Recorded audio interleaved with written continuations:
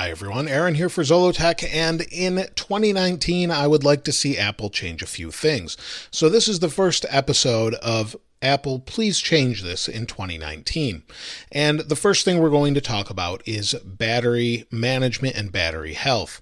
And here we have an older version of iOS. This is iOS 6, and this is how they used to handle it back with this version of iOS. So if we go to settings, you'll see we don't even see a percentage there.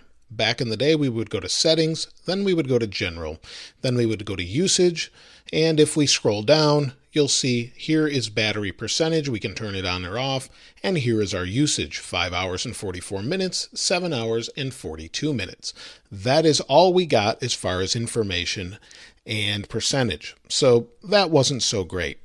Then as we moved on to iOS 7, and 8 and 9 and 10 and even 11, if we go to settings and go to battery, you'll see I have crazy usage since last charge.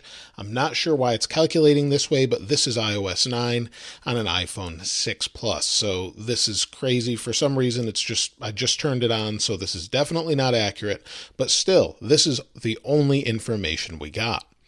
Now with the latest versions of iOS, they've changed this a little bit. So here we have a 6S Plus and a 10S Max running the same thing. If we go to settings and then we scroll down to battery, you can see now we've got more information, and this is good. The part I want to see them change is battery health. So you'll see this one was just turned on. We can get similar results here if we go down to battery, and again on the 10S Max, we've got our full usage, and this is kind of nice. Screen on time gives us more accurate information, although they need to change this first thing in iOS 13 or maybe with an update. We would like to see actual 24 hours, not including charging cycles, of what we get for screen on time. So that's the first thing. The next thing is battery health. You'll see I have 86% on this device and 100% on this one. This will climb over time. It's just because I turned it on and I need to charge it a little bit. This will actually go back and remeasure it and will probably be higher than this on my 6S Plus. But what you've got here is something that is really concerning or almost freaking a lot of people out, because they'll see their brand new iPhone XS Max after 6 months start to drop with maximum capacity.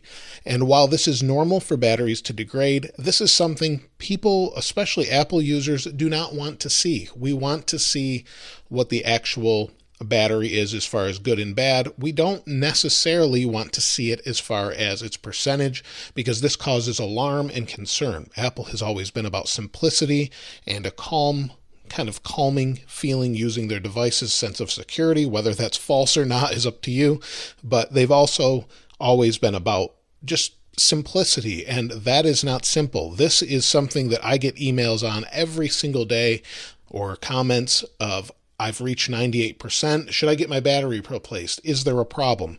There's not a problem. It's normal, but there needs to be, maybe even if we shouldn't show it at all, maybe we should have a not good, medium, or great, or something like that. A different status is really what I'm going for here, and that's what I would like to see.